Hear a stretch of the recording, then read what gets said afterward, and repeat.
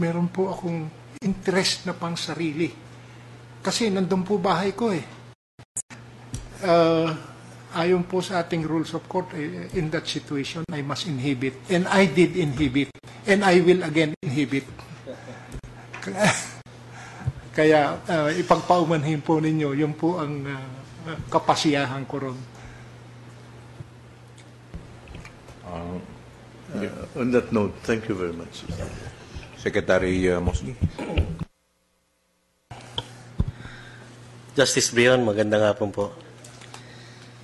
2 days ago, His Excellency the President delivered the State of the Nation address before the Filipino people live on television of Chief Justice. If you were a Chief Justice, I would say this. The judiciary right now is an institution that is to be problematic. Talaga pong meron kaming problema. Hindi po tinatanggihan.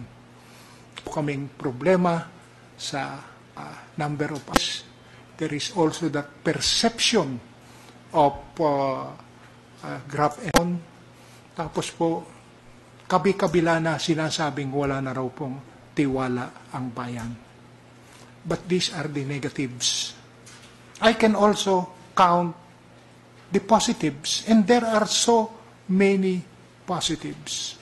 Among the positives are the honest judges and officials who are laboring out there all over the country.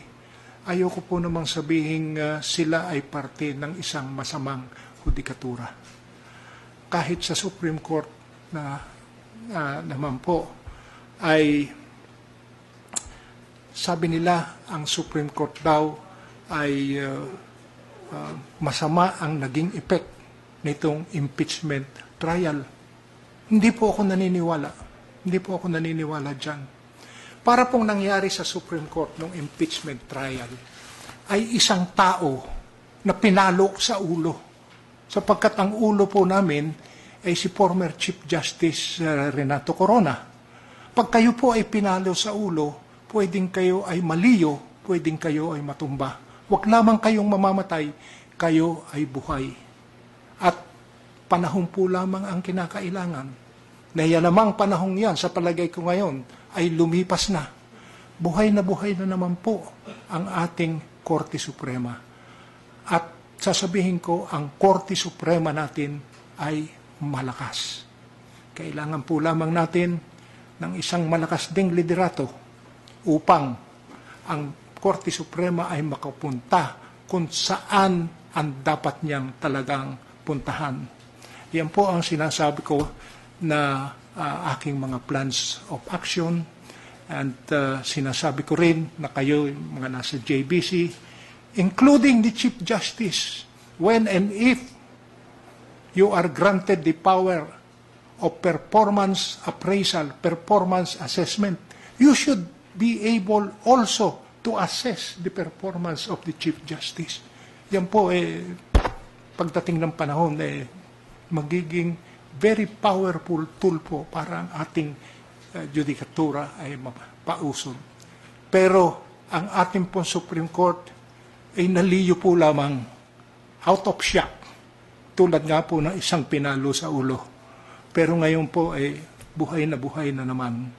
At normal po ang aming operasyon.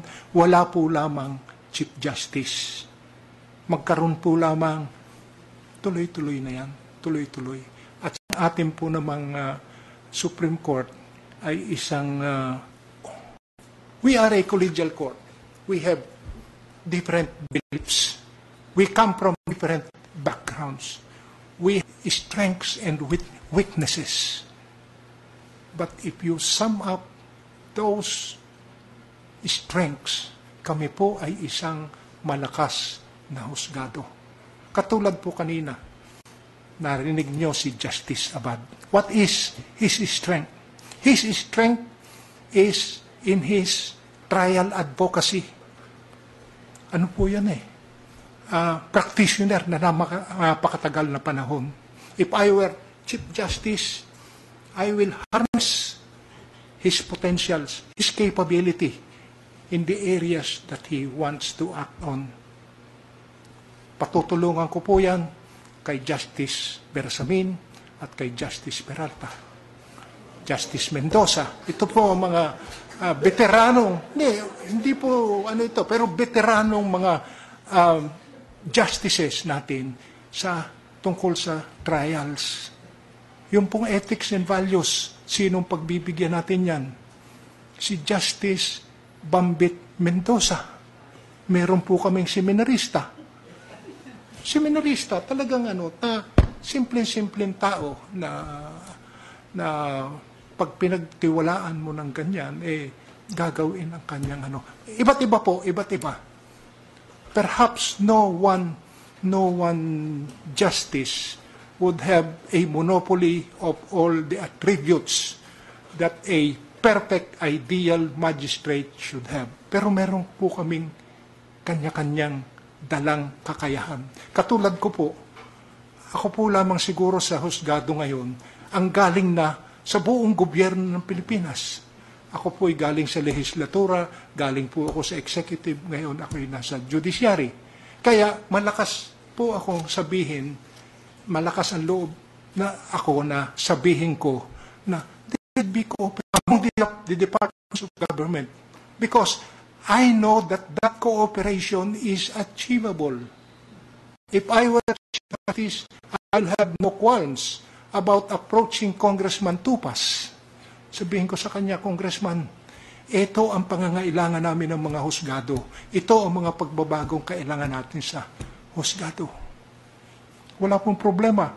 There is nothing wrong in doing that. Because while we are independent, our absolute independence relates to our decisional functions. Hindi po ibig sabihin, hindi na kami makikikooperate sa ibang departamento ng gobyerno ng Pilipinas. No man is an island. Pag nawala po ang isa dyan, may problema po ang ating bansa. At ang unang-una po, ang ating iisipin ay yung ating bansa. Sapagkat ang bansa po natin iisa. Masasabi ko po yan sapagkat ako ay nag-immigrate. I spent 7 years in Canada. And I would say these were 7 very lonely years. Wala akong bansa. Hindi ako umuwi ng Pilipinas. Hindi pa tapos ang aking mga anak. Natatakot ako na kapag ako ay umuwi, baka hindi na ako bumalik doon. Kaya ako po, I could relate to the OFWs who were the clienteles of the Department of Labor because I could place myself in their positions. So yan po ang aming strengths and weaknesses. Yan po ay pag pinagsama-sama yung strengths na yan, malakas na husgado po ang nasa sa atin. Yun po ang state of the judiciary ngayon. Meron po kaming kakulangan, hindi po itinatanggi.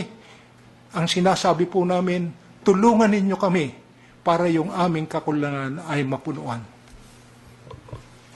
Thank you po, Justice. Your Honor, moving on, if I may, I'd like to ask you what you think of two very basic concepts in law. One is judicial independence. The other is judicial accountability. Do you think that these concepts are complementary? Are they to you exclusive? Or do they, in your own opinion, competing? May I solicit your views on this? In my mind, these are not competing concepts. When we speak of judicial independence, and that is the independence of the Supreme Court as a body in the course of preparing decision, yan po hindi nagkukumpit doon sa accountability. Ang gawin, number one, katulad po ng SALN, ang di nagpayaman sa kanyang opisina. How can it compete